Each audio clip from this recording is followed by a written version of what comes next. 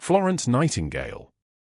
That's what Dr. Caldwell called her over the intercom at 7:43 in the morning, his voice crackling across the entire fourth floor of Sacred Heart like he was announcing a code blue. Not her name. Not even her title. Florence Nightingale.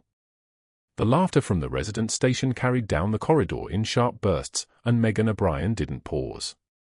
She didn't look up from the floor she was hanging on bed 4. She didn't flinch. She never flinched. But the muscle in her jaw tightened, the smallest clench, and she made a note of it. Not the insult. The fact that she'd noted it. The fact that staying silent cost her something now, when it never used to. 23 years of nursing. 12 of them at Sacred Heart. 3 medical discharges. 2 Purple Hearts in a storage unit downtown that she hadn't opened since Marcus died. And still, every morning, the limp that wouldn't go away. Just a nurse. Just a woman who'd rebuilt herself from the spine up, who could thread a central line through a vein the size of a thread in a patient's neck while her hand stayed steady as a surgical laser, who could look at a monitor and know 3 seconds before the alarms fired that something was about to collapse. Just a nurse. Dr. Caldwell didn't see the difference between seeing and understanding. The ICU ward hummed with its familiar rhythm that morning, ventilators cycling, monitors beeping in their particular patterns, the soft squeak of shoe rubber on wax tile. Fluorescent lights overhead cast everything in that cold white glare that made skin look like it had been drained of blood. Megan moved between the 6 occupied beds in her section, checking vitals on patients who'd been broken down to their component systems, the coronary bypass in bed 1, the septic elderly woman in bed 3, the post-op trauma case in bed 2. Her movements were economical. Practiced. A slight hitch in her stride on the left side, the leg that had taken shrapnel in 2003, the one the VA doctors said would never stop reminding her it was there. Pain is information, the old combat medics used to say. Pain is data. She'd learned to read it like a language. It was 7:56 when the helicopter rotors shook the windows. Not unusual for Norfolk. Naval Station, Oceana to the north, constant traffic. But the way the floor nurses' heads came up, that was different. That was the kind of attention people pay when something catastrophic is incoming. Megan's hands kept moving.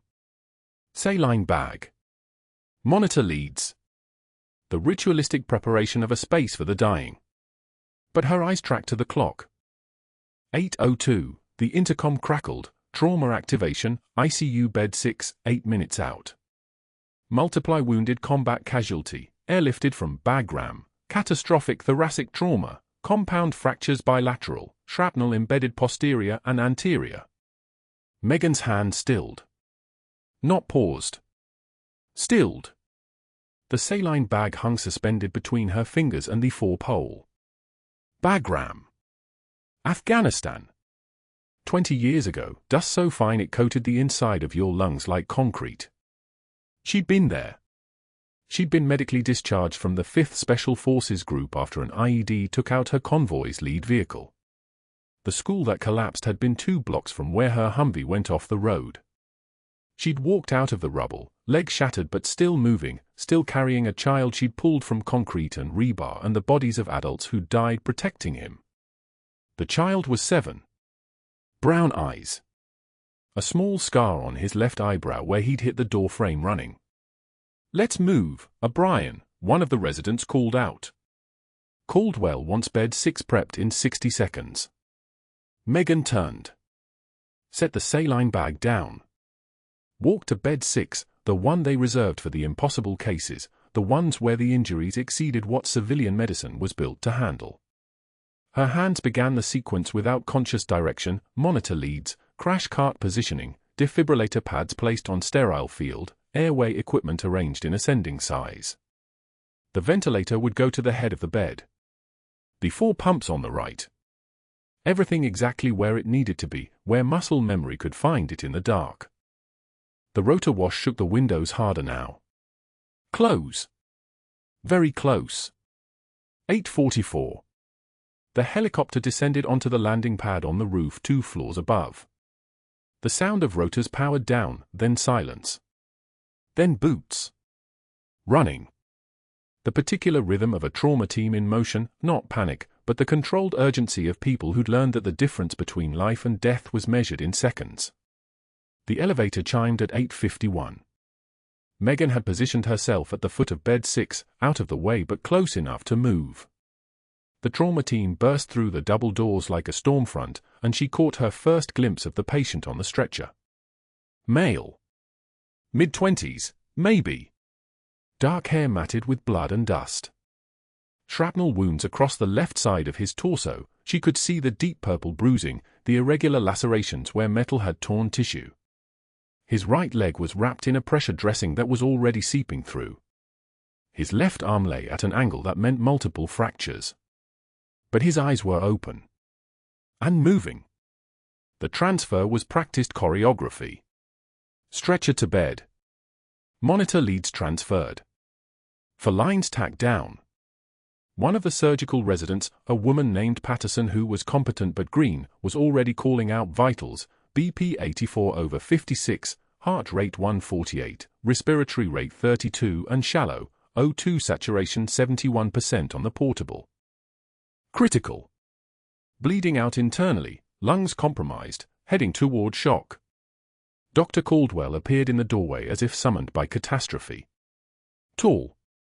Mid-50s. The kind of authority that came from having never been wrong in his own mind.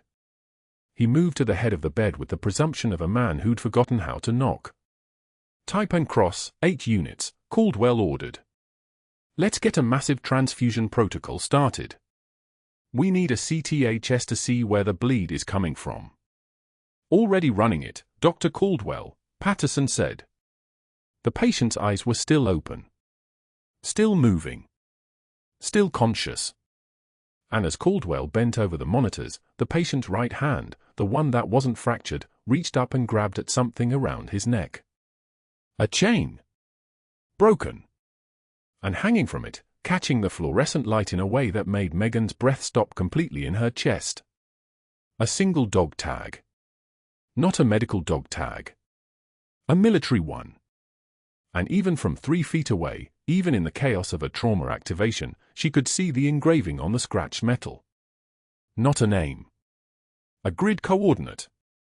She'd memorized the grid coordinate 20 years ago because it was the location of that school. Because it was where she'd found the 7-year-old boy in the rubble, his parents dead, his legs pinned under a concrete pillar. Because she'd called in airstrikes from that location while a SEAL team moved in to extract the wounded. Because that child had latched onto her neck and wouldn't let go while she carried him through dust and smoke to the evac helicopter. Dr. Caldwell, she heard herself say. The words came out measured. Calm. The voice of someone who'd learned to compartmentalize panic. I'll need to know his unit designation and service record. Caldwell looked up from the monitors like he'd noticed a chair had spoken. That's not your concern, Major, he said. The word was a dismissal, but the rank was an accident. He'd meant it as an insult. He didn't know, couldn't know, that she'd used that rank for 8 years in the 75th Ranger Regiment before her medical discharge. Your ICU support staff. Stick to vital signs. Megan's jaw tightened again. That second clench in one morning. She stepped back from the bed, moved to the monitor station, began the documentation sequence. Her hands were steady. Her breathing was steady. But her eyes had locked onto that dog tag, and the coordinates engraved there were burning themselves into her memory in a different way now. Not a memory from 20 years ago. A present tense. Patterson was running fluids wide open now, the 4 pumps making that particular wishing sound they made when they were pushing fluid faster than the human body was designed to receive it. The patient's blood pressure had ticked up slightly, 89/58. Barely adequate. His oxygen saturation was still dropping, 68%. The wounds needed to be opened, explored, the source of the bleeding identified and stopped. But that would require surgery. That would require getting him to the operating room, and that would require him stable enough to move, and right now he wasn't stable. Right now he was dying in increments measured in seconds. We need to get him upstairs, Caldwell said, more to himself than to the team. Somebody find out who his command is. We need clearance from his unit before we can proceed with surgical intervention. I don't care if he codes, no scalpel goes into an active duty service member without their chain of command signing off. Megan heard that, and the compartmentalization she'd built over 23 years of nursing cracked just slightly. Protocol. Always protocol. Red tape and bureaucracy, and the idea that paperwork mattered more than the human body in front of you. The patient saturation had dropped to 65% now. The monitor was starting to drift into tachycardia, the heart working harder because the oxygen his blood could carry was becoming insufficient. I can run that down, Caldwell continued, pointing at Patterson. Get someone from the nursing staff to sit with him until we've got clearance. Someone who won't ask questions about his status or his injuries. His eyes moved past Megan without landing on her. Not you, he said to the empty space where she wasn't. You're reassigned to the East Wing for the rest of the shift. Patterson, make sure she's transitioned off this case. And that was when Megan realized the terrible mathematics of the situation. 10 doctors on the Sacred Heart trauma rotation. She could see the list in her mind, the attendings, the fellows, the residents. Caldwell was the chief of surgery. He had the authority to block her from this patient. He had the authority to make sure she spent the next 3 days being transferred off this case, pulled away every time she tried to get close to the bedside. But more than that, he had the authority to keep her from knowing why a child from Bagram had arrived at Sacred Heart with that particular dog tag around his neck. And he'd just exercised that authority without even looking at her. The patient's oxygen saturation hit 62%. Megan turned, moved toward the supply closet, the same 8x6 space where the crash cart lived and the extra for pumps were stored. The fluorescent lights buzzed overhead, that particular electronic whine that made your teeth ache if you had to listen to it too long. She set her hand against the cold stainless steel of one of the shelving units, just for a moment. The coordinates on that dog tag were burned into her memory. So was the boy's face. So was the weight of him when she'd carried him through that rubble, so light he'd barely registered as real until he'd started crying, and that made him seem, finally, like something that could break. She took one measured breath. Let it out. Straightened her spine. Walk back out to the ICU. By the time she was reassigned to the East Wing, the patient's saturation had dropped to 58%, and nobody had found his unit's command line yet. But that wasn't the worst part. The worst part was that Caldwell had just declared war on someone he didn't even recognize as an opponent, and he had absolutely no idea what he'd just done. The intercom crackled at 2 o'clock on a Monday afternoon. Megan was charting at the nurse's station when Caldwell's voice descended from the speakers like a blade. Will Florence Nightingale please stop harassing attending physicians? Patient 7 is not your concern. The entire ICU floor froze. A resident at the adjacent desk smirked. 2 nurses exchanged glances. Megan set down her pen. The chart in her hands felt suddenly very heavy, as if it had absorbed the weight of 15 witnesses staring at her without looking directly at her. She took one measured breath. The kind of breath a person takes before entering a building they know will be dangerous. A single tear escaped her left eye. Just one. She wiped it away without breaking eye contact with Caldwell, who watched from inside the glass-walled office like a man observing a contained experiment. Her jaw tightened exactly once, a flicker of muscle beneath the skin, and then her face settled back into the careful neutrality of someone who had learned long ago that emotion was a tactical liability. She set down the chart and returned to her rounds as if the room hadn't just witnessed the chief of surgery publicly shame her in front of the entire shift. But that wasn't the worst part. The worst part was that by day 2, she understood exactly what he was doing. He wasn't just making her life difficult.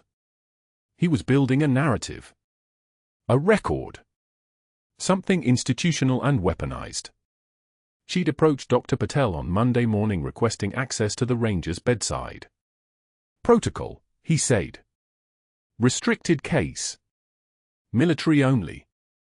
Dr. Kim said the same thing Tuesday at 6 a.m., her voice apologetic but unmovable as a locked door. Dr. Morris on Tuesday afternoon, I understand your concern, but we're following federal guidelines. Dr. Jong, Dr. Hassan, Dr. Wolf, Dr. Brennan, Dr. Hayes, Dr. Nkomo, Dr. Sullivan, each one a polite refusal, each one a brick in the wall Caldwell was constructing around that room. 10 different doctors. 10 different ways of saying no. The specificity of the rejection felt deliberate, orchestrated, like a symphony conducted by someone who understood exactly how power moved through an institution. On Tuesday evening, Caldwell found her in the supply closet. She was reaching for fresh gloves when he cornered her between the shelving units, his presence filling the narrow space like smoke. He was taller than her by 4 inches, and he used the geometry of that advantage, leaning slightly forward so she had to tilt her head to maintain eye contact. His cologne smelled like something expensive and aggressively masculine, sandalwood and arrogance. "You're crossing lines, O'Brien.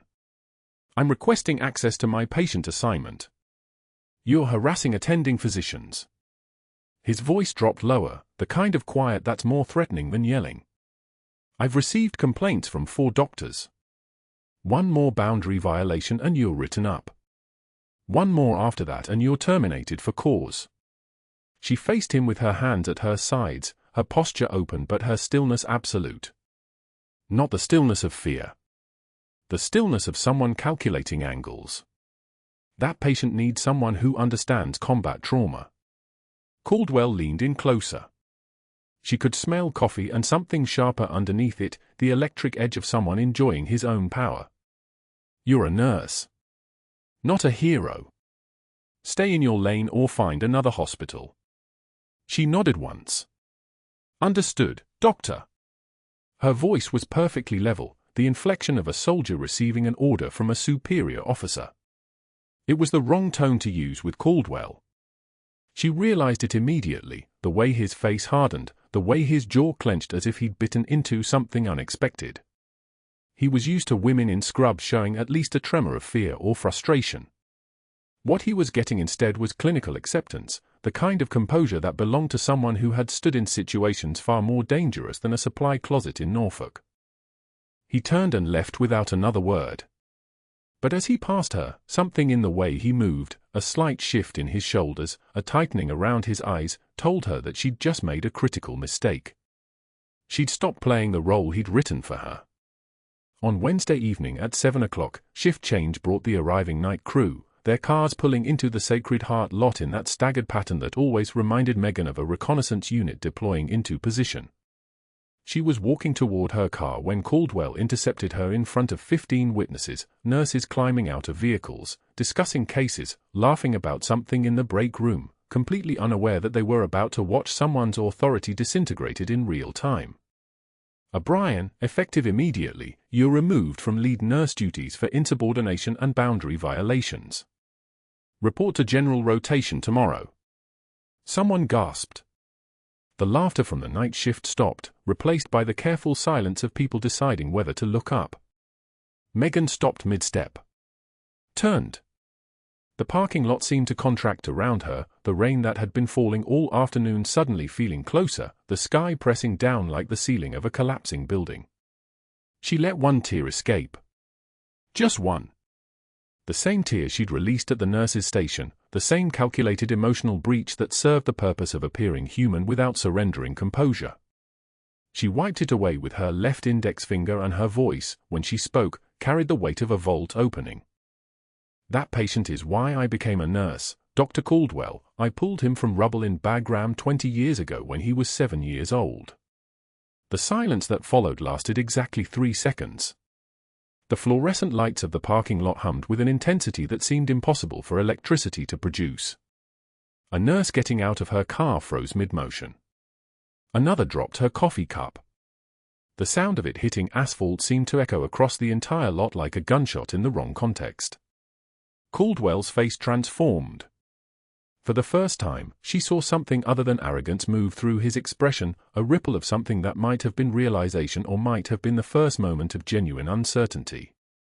His mouth opened slightly as if he was calculating the implications of what she'd just said, this quiet nurse with her tear and her military past suddenly visible like a scar tissue catching the light. "Then you should understand chain of command," he said finally, but the words sounded hollow, like he was reading from a script he'd already begun to doubt. He walked away, moving back toward the hospital entrance with the careful deliberation of someone who needed to retreat before this situation became something he couldn't control. The rain intensified, hammering the parking lot with the sound of applause at a funeral. Megan stood motionless, feeling the night shift nurse's eyes on her back, knowing that in the next 30 minutes the entire hospital would know that something fundamental had shifted in the balance of power between her and the chief of surgery. But Caldwell wasn't finished with her. Not even close. That night, as she sat in her apartment in the dark, her phone received an email notification. Computer access revoked. Security protocols. She received the notification at 11:51 p.m., which meant he'd made the decision immediately after leaving the parking lot, probably before he'd even changed out of his scrubs. She tried to pull the Ranger's file out of habit the next morning and got an error message, a glowing red block on her screen that might as well have been a locked door. When she approached the charge nurse with the careful neutrality of someone asking a routine question, the charge nurse's voice dropped so low that Megan had to lean in to hear it.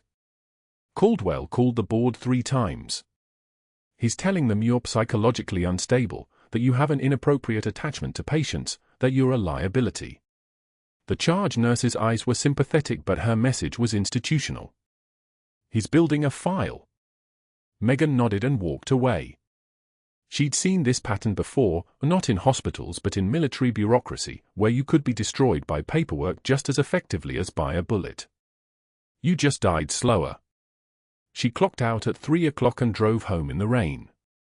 At her apartment, she opened the drawer in her nightstand and retrieved the photograph Marcus had kept on his desk the day before the training accident that shattered him into grief she still carried like a scar.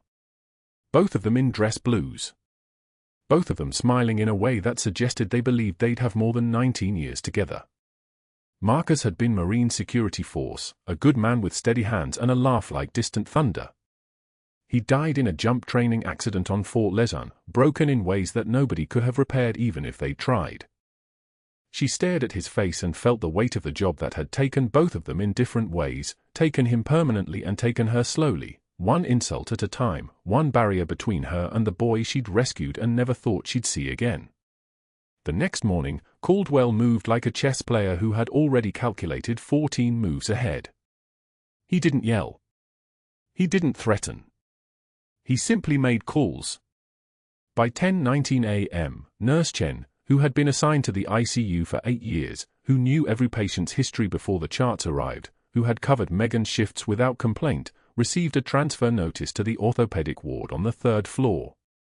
2 hours later, Nurse Rodriguez, who had worked trauma with Megan since 2019, found himself reassigned to post-op recovery. The message was clinical and bloodless: staffing optimization. No explanation. No consultation. Just gone. Megan stood in the break room at noon, staring at the notification on the shared computer terminal. Her allies had been systematically removed from the ICU rotation. It was efficient. Strategic. The kind of move that required institutional knowledge and zero conscience. Caldwell had dissected her support network with the precision of a surgeon taking apart a cadaver, identifying the load-bearing joints and severing them one by one. She didn't reach out to Chen or Rodriguez. She didn't need to. The message was already clear: proximity to Megan O'Brien came with a cost. By Wednesday afternoon, Caldwell completed his second move. The ICU schedule for the following week appeared on the staffing board, and Megan's name had vanished from 3 of the 4 days the Ranger was assigned to beds in the unit. She would work trauma intake and transport, 20 floors down, 3 wings over, nowhere near the ICU corridor. Nowhere near him. The scheduling change was technically within Caldwell's authority as chief of surgery. It was also mathematically impossible to challenge without triggering the very insubordination complaint he was building against her. The fluorescent lights hummed their mechanical song. A monitor beeped 3 times in the distance. Megan studied the schedule and felt the wall closing in, brick by invisible brick. That evening, she tried to access the patient database to check the Ranger's vitals. The system rejected her login. Access denied. She tried again. Same response. Her credentials had been restricted, not deleted, not suspended, just narrowed to a read-only status that excluded ICU files. A nurse could still clock in. A nurse could still perform basic tasks. But a nurse couldn't see the boy she'd come back to save. She sat in the nurse's station at 7:31 p.m., watching other staff members pull up patient charts without friction, and understood that Caldwell had reached for something more sophisticated than anger. He'd weaponized the infrastructure itself. The calls to board members had begun that same afternoon. She didn't know it yet, but Dr. Caldwell had placed 3 separate conversations with members of the hospital's medical ethics board and 2 administrators. His language was careful. Concerned. The vocabulary of a man who was reporting a problem, not hunting a rival. "I'm worried about her judgment," he'd said to board member Patricia Hayes, his voice carrying the weight of genuine clinical concern. "She's become fixated. Won't accept boundaries. Shows signs of obsessive behavior that frankly concern me for her mental stability. To Administrator Richard Bancroft, I've documented incidents. The supply closet confrontation. The unauthorized entry to restricted areas. The inability to accept correction. I'm thinking she may benefit from a mandatory psychiatric evaluation before we have a liability issue." To the 3rd board member, Dr. Elizabeth Okonkwo, "I respect her work history. I do. But something has shifted in her behavior over the last 72 hours. I think we owe it to her to get her evaluated. For her own safety." Each call was recorded. Each one contained just enough truth wrapped in just enough concern to feel credible. He wasn't accusing her of incompetence.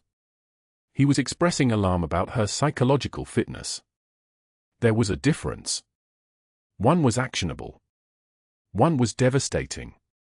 Megan didn't know any of this yet.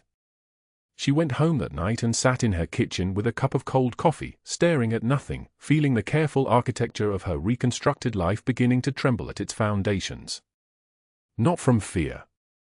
From the simple, mathematical reality that Caldwell had resources she didn't have, institutional weight, administrative allies, the kind of quiet authority that didn't announce itself until it was already too late to resist. She was alone in the apartment. No photos on the walls. No family. No pets. Just the sound of the refrigerator humming and the memory of a 7-year-old boy crying in rubble, and a man named Marcus who had loved her enough to marry her knowing she could never fully come home. Thursday night, 11:44 p.m. Her phone buzzed. Text message from a number she recognized, Nurse Chen. Ranger crashing. Caldwell called code team. Come now. Megan's hand moved before her brain caught up. She was already standing. Keys. Phone. She didn't think about protocols or access restrictions or the termination papers Caldwell had probably already drafted. She thought about muscle memory. About the weight of a 7-year-old boy in her arms. About Marcus saying, "You're the best thing I ever found," and meaning it with the kind of absolute certainty that only comes from watching someone pull people from the rubble. She made it to Sacred Heart in 12 minutes. Drove the night streets of Norfolk like she used to drive convoy routes, quick, efficient, purposeful. No music. No radio. Just the sound of her own breathing and the engine's low growl. The ER entrance doors slid open at 11:59 p.m. She took the stairs instead of the elevator, faster, quieter, less chance of being stopped before she reached the ICU. Her badge was still valid. Her access code still worked for the general areas. The stairwell smelled like industrial cleaner and something copper underneath, blood maybe, from a trauma case, dried into the grout where nobody bothered to look. The ICU doors opened on the 4th floor at 12:03 a.m. Alarms. Multiple alarms, layered and screaming, the sound that nurses learn to hear in their sleep because it means the body is failing. The monitors shrieked with the desperation of someone bleeding out. Flat line. The Ranger was flat line. She moved toward room 7 and saw him through the window, 4 residents, 1 attending, all pressed against the bed like they were surrounding an injured animal. The monitors showed a chaotic rhythm, electrical noise, nothing organized, nothing the heart could use. The patient was dying in front of them and they were frozen. Caldwell barked orders from the foot of the bed, his voice high and sharp with something that looked like confidence but smelled like panic. "Epi, charge paddles, let's move people." Nobody moved. One of the residents, a young man with sweat already bleeding through his scrubs, stammered something about the imaging. His voice cracked. "Doctor, the imaging shows metal fragments embedded in the thoracic cavity. If we defibrillate." "I know what defibrillate means, resident. Push the epi." But they didn't move. The ranger was a combat casualty with shrapnel embedded in his chest and lungs, and a civilian attending physician had no framework for navigating trauma that military medicine had spent 20 years learning to handle. The residents felt it too. They could see the danger. They just didn't know how to move through it. The monitors climbed past 1 minute without a rhythm. 2 minutes. The brain was already dying. Every second was a synapse going dark. Megan pushed through the ICU door and nobody stopped her because everyone was staring at the bed where a human being was disappearing. She didn't think about protocol. Didn't think about the access ban or Caldwell's phone calls or the way she'd been systematically stripped of everything that mattered. She thought about Bagram. About shrapnel and concrete dust and a little boy's hand around her finger while aircraft screamed overhead and the sound of her own heartbeat was the only proof she was still alive. Caldwell's head snapped toward her. "O'Brien, get out." "You are not." She was already at the bedside, already shouldering past the resident who was blocking access to the ranger's chest. A nurse, someone she didn't recognize, automatically handed her a scalpel. Not a question. Just recognition of authority, of someone moving with purpose, of a person who knew exactly what needed to happen next. "Wait," Caldwell said, his voice cracking now, the careful confidence collapsing like a building losing its foundation. "You can't just, this is unauthorized." Megan made the first incision. Diagonal, rapid, from the collarbone toward the sternum. The skin parted like it always did, revealing the muscle underneath, and her hands moved with a memory that 20 years hadn't touched. Muscle memory is not metaphor. Muscle memory is the body remembering what the mind has tried to forget. The monitor still showed nothing. Nothing. Nothing. "I need a retractor," she said. Her voice was different now. Not the deferential voice of a nurse asking permission. The voice of an officer commanding a room. "And push another round of epi." The attending's hands moved. Residents mobilized. The code team fell into position like they'd been training for this exact moment and someone had finally stopped telling them it was impossible. The ranger's blood was warm. It always was, that specific detail that no textbook captured. The warmth of a human still fighting to stay alive, still resisting the absolute cold of death. "Chest is cracked," someone said. Megan was already through the sternum. She could see the lungs. She could see the embedded shrapnel, metal fragments from an IED that had fragmented at angles that no medical school in America was designed to manage. 3 pieces, maybe 4. Embedded in the lung tissue like a puzzle with no solution. The monitor still flatlined. "Manual cardiac compression," she said. She had the small scissors, specifically calibrated trauma shears with a call sign engraved on the handle, Vela, a name she hadn't spoken in 20 years. She began to mobilize the damaged tissue, moving around the metal fragments, not fighting them, not pulling them, just working with the anatomy in front of her the way that Bagram had taught her. "Doctor, her credentials," Caldwell started. Nobody was listening to Caldwell anymore. The room had reorganized around competence. The room had found its center of gravity and it wasn't the chief of surgery. It was a nurse in wrinkled scrubs moving through a chest cavity with the precision of someone who'd been trained in the moments when the rulebook burned away and only skill remained. The ranger's heart was failing because his body was drowning in its own blood. Megan could see it, the hemorrhage, the backup, the way the circulation was collapsing because there was no way for the fluid to move through damaged tissue.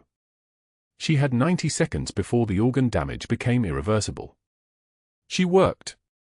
The fluorescent lights hummed their mechanical song. The monitors screamed. And somewhere in the back of her consciousness, the very back, the part that was still that 20-year-old soldier in a collapsed schoolhouse, she heard a child's voice saying, "Major. Major, help." But that wasn't the worst part. The code alert came through at 11:24 p.m. Megan's phone buzzed while she sat in her apartment, still in scrubs, the wedding photo of Marcus pressed against her chest. The message, "Ranger crashing. Trauma Bay 2. Now." She didn't think. Her body moved the way it had moved 20 years ago when mortars fell near the schoolhouse. Hands found her keys. Boots hit the floor. The drive to Sacred Heart took 8 minutes instead of 12. Rain hammered the windshield like artillery. The ER doors opened to controlled chaos.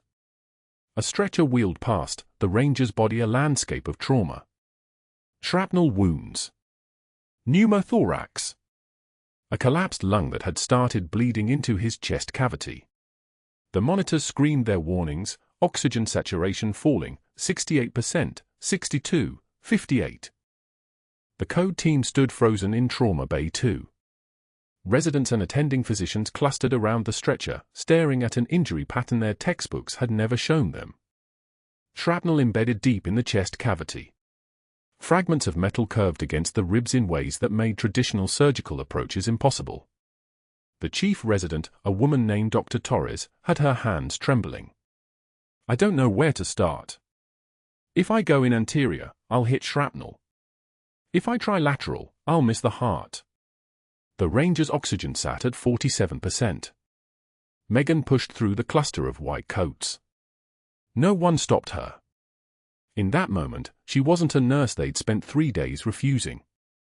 She was the only person in the room who'd seen this before. "Scalpel," she said. Dr. Torres looked up. "You're not." "Scalpel. Now." The instrument landed in her palm. Cold. Familiar. Her hands had held exactly this weight 1,000 times in dreams, but never again in waking life. Muscle memory took over. Not her conscious mind, something deeper. Something that had survived Bagram and rebuilt itself in fluorescent hospital corridors for 2 decades.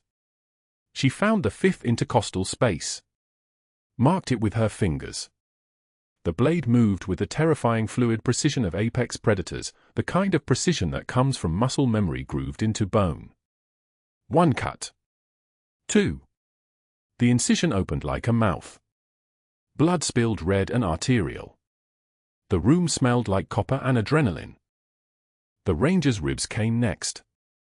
Megan's gloved hand spread them apart, cracking the sternum with the methodical certainty of someone who'd done this in rubble, in darkness, with nothing but a combat knife and the knowledge that 7-year-old eyes were watching her from under a collapsed desk. The heart lay exposed. Damaged. Barely beating. She saw the embedded fragments immediately, 3 pieces of shrapnel curved against the left ventricle like a predator's claw. She navigated around them with hands that had trained for 20 years in her nightmares. Every nightmare had shown her exactly where the metal sat, the angle of entry, the risk points. Her subconscious had spent 2 decades rehearsing this rescue. The heart was barely pumping. Megan's hand slipped inside the thoracic cavity. Her palm found the damaged organ. Cold. Slippery. Failing. She began manual compressions. Her hand became the heart. Her rhythm became his rhythm. 1 compression. 2. The monitor showed a flat line. 3 compressions. 4. Nothing. 5. The metronome of her hand working inside a body, keeping life suspended on the edge of a blade. 15 seconds of compression. 20. 30. The monitor beeped once. An irregular blip. Not rhythm, just the electrical ghost of it. Again. Her hand compressed. Her other hand guided by feel, by memory, by the tactical knowledge burned into her nervous system. The shrapnel moved slightly, dangerous, but her fingers navigated around the metal with the precision of a surgeon who'd trained in combat zones where you couldn't afford to be wrong. 40 seconds of manual cardiac massage. The monitor showed a beat. Then another. The rhythm was jagged, unsteady, but it was there. 50 seconds. The line on the screen stabilized. Not perfect. Not safe. But alive. Megan stepped back. Blood covered her hands to the wrists. The front of her scrubs was soaked red. The ranger's chest was open, his heart in sinus rhythm under her hands, and the room had gone dead silent. The kind of silence that follows when someone crosses a line that can't be uncrossed. Dr. Caldwell stood at the edge of the trauma bay. His face had gone the color of old bone. His jaw clenched. His eyes moved from the open chest to Megan's face with the look of a man watching his control slip away in real time. He didn't move. He didn't speak. He simply raised his right hand and pointed one finger toward the door. Security. Now. It wasn't a request. It was a command. 2 guards appeared within 90 seconds. Megan had known they would. Caldwell had been ready. He always was. As the guards entered the trauma bay, Dr. Caldwell pulled a manila folder from beneath the counter. Not hastily. Not in anger. With the methodical precision of a man who'd prepared this moment days in advance. He'd filed the paperwork. He'd prepared the termination letter. He'd contacted the state nursing board. He'd stacked every domino and waited for this exact moment, a moment when she would violate protocol so catastrophically that even her military credentials couldn't shield her. Megan O'Brien, Caldwell said, his voice steady as a scalpel. You are terminated, effective immediately, for performing an unauthorized surgical procedure without physician oversight. You have violated Section 3.4 of hospital bylaws, performed surgery outside your scope of practice, and endangered a patient in your care. The folder opened. Papers inside, already signed. Already dated. Already sent to the State Nursing Board's Emergency Disciplinary Division. I have contacted the State Board of Nursing. You may face criminal charges for practicing surgery without a medical license. Security will escort you from the building. The guards moved forward. Professional. Polite. Their job wasn't to hurt her. Just to remove her. Megan didn't resist. Resistance would have meant a scene, meant drawing attention, meant giving Caldwell any possible justification for claiming she'd become a threat. She walked toward the exit with her hands down, her expression flat. The blood on her scrubs was already beginning to dry, sticky against her skin. As she passed the nurse's station, Nurse Chen looked up. Their eyes met. Chen's mouth opened, an apology, a protest, but Megan shook her head slightly. One small movement. Don't. Not worth it. The elevator doors opened. Closed. The descent took 43 seconds. The parking lot was empty except for scattered cars gleaming wet under sodium lights. She drove for 20 minutes in the rain before turning toward Meadowlawn Cemetery. Her hands gripped the steering wheel hard enough that her knuckles went white. The fury was there, cold and precise, but she wouldn't let it move her. Not yet. The tears could wait. The rage would keep.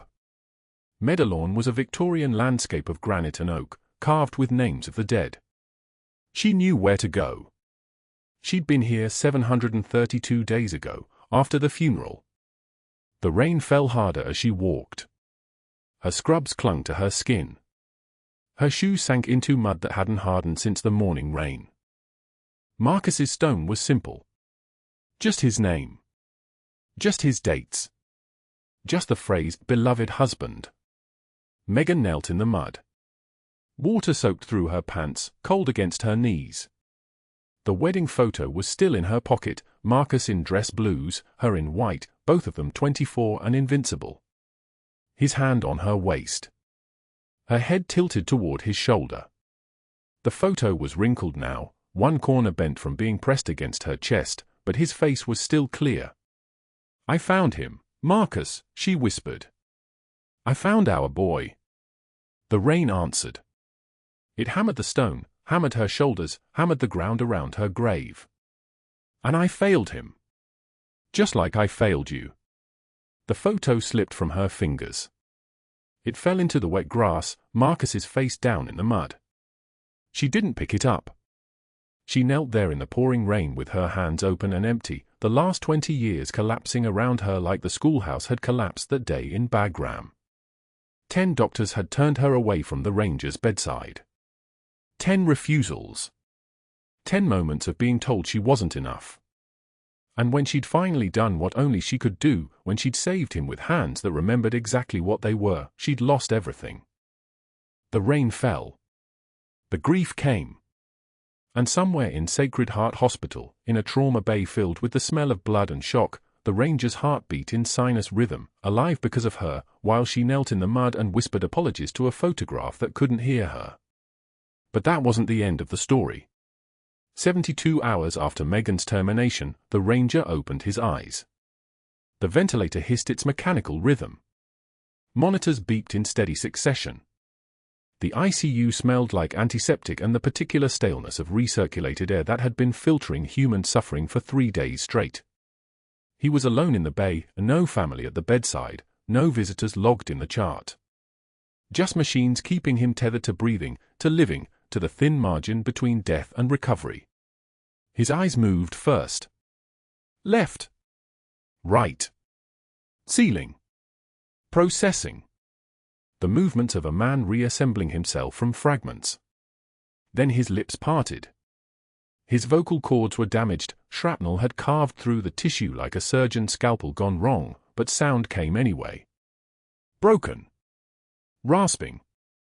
A single word pulled up from somewhere so deep it felt like it came from his bones. Vela. The word hung in the bay like a prayer. Vela. Megan's combat call sign. The name she hadn't heard spoken aloud in 20 years. The name that belonged to a different life, a life lived in desert compounds and collapsed buildings and the screaming dark of extraction zones. The charge nurse, a woman named Richardson who'd been cycling through 12-hour shifts for 70 hours straight, froze 3 feet from the monitor stand. Her hands trembled. Not from fear. From recognition. She pulled the classified file with the same reverence someone might use pulling a Bible from a shelf. Her fingers moved across the pages like she was reading Braille, like she needed to feel the truth before she could accept it. There. Paragraph 4. A photo clipped to the inside cover. The photo showed a woman in desert camouflage, dust coating her uniform, her arm around a 7-year-old boy pulled from a collapsed school in Bagram. The boy's face was streaked with ash. The woman's face was half-turned, profile only, but her eyes were visible, steady as a marksman's. Protective. The kind of eyes that had decided in that moment that this child would live, and everything else was secondary to that decision. The file note read, SFC Torres has carried this photograph for the past 20 years. He has requested no contact with the subject. Classification at the request of JSOC. The woman in the image is registered as. The rest was redacted. Black marker over printed truth. Richardson's phone was already in her hand. She didn't think about protocol or hierarchy or the fact that it was 2 in the morning and people were asleep in this hospital. She called the floor administrator, who called the hospital administrator, who sat in the darkness of his bedroom staring at a photograph of a 7-year-old boy in an 8x10 frame that had traveled with him for 2 decades. That same morning, a SEAL team leader named Mitchell, lieutenant commander, hard eyes, the kind of man who'd seen too much to be surprised by anything, arrived at Sacred Heart to debrief the patient. His job was to establish what the ranger remembered. Intelligence gathering. Standard protocol for any service member recovering from combat-related injury. He sat at the bedside for 4 minutes. Then he stood and walked directly to the hospital administrator's office without knocking. The dog tag, Mitchell said. His voice sounded like a tank idling in a garage, low and controlled and capable of sudden acceleration. The one he won't let anyone remove. The coordinates engraved on the back, they're the grid coordinates of the Bagram school rescue. The administrator's face went pale. The woman in his classified file, Mitchell continued, is Major Megan O'Brien. She's not a civilian nurse. She's an Army medical officer with 20 years of service.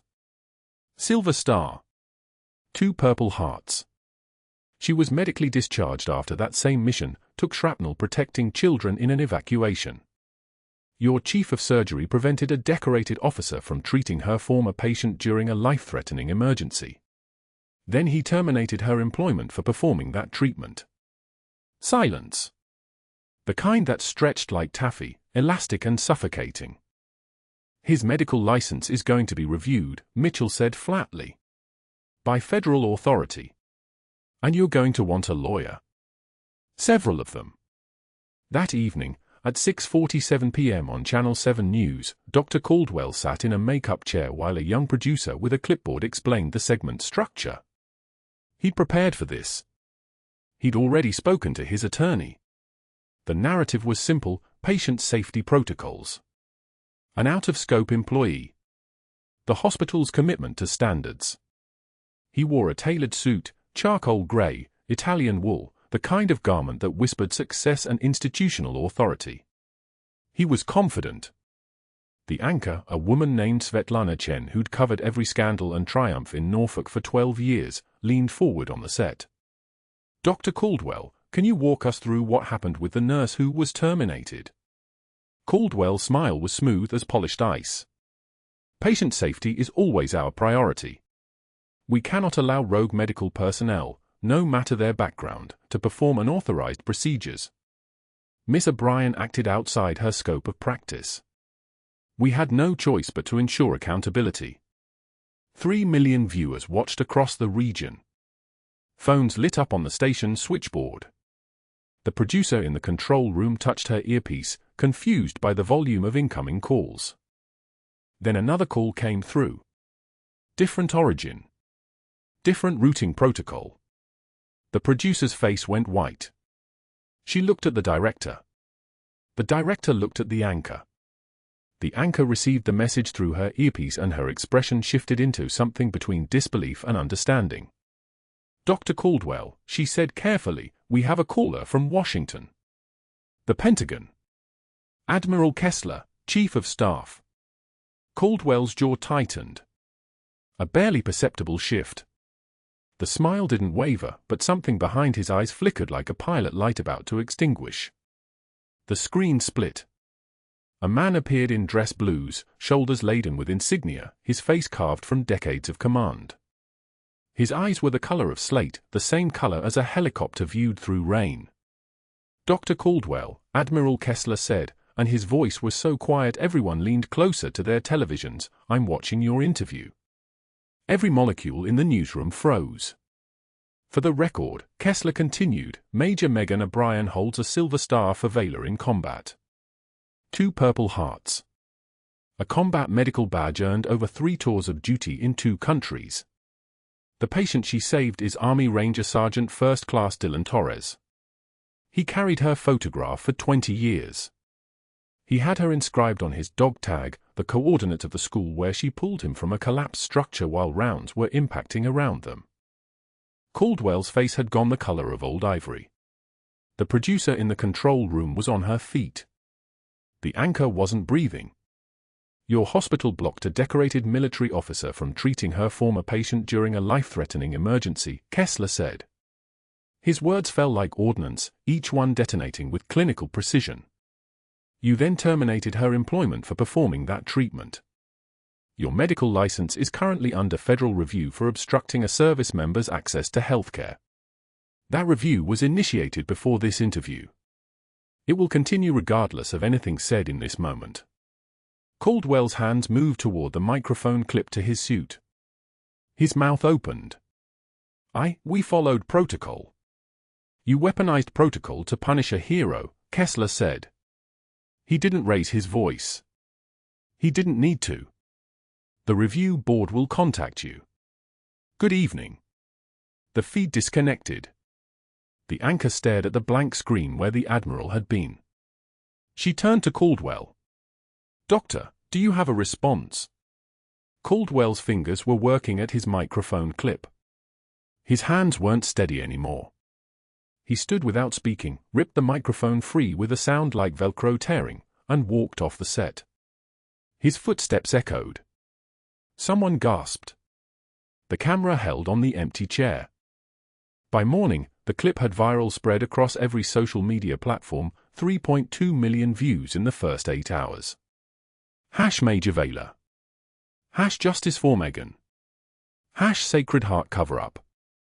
Sacred Heart's board of directors held an emergency meeting at 7 a.m. By 9, they released a statement. By noon, Caldwell's resignation was accepted, effective immediately. The state medical board opened a formal investigation. 3 hospitals simultaneously rescinded job offers he'd accepted for senior roles. Within 2 weeks, his medical license was suspended pending federal review. The suspension notice was published in the medical registry. Colleagues stopped answering his calls. But that wasn't the end. That was barely the beginning. 6 months later, Meghan stood on a parade ground at Fort Bragg in dress blue so crisp they caught the light like armor. The fabric felt like memory against her skin, all the years since she'd worn it folded into the cloth. Her silver star gleamed over her left breast.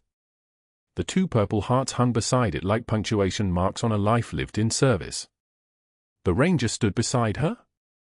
Sergeant First Class Dylan Torres. Promoted.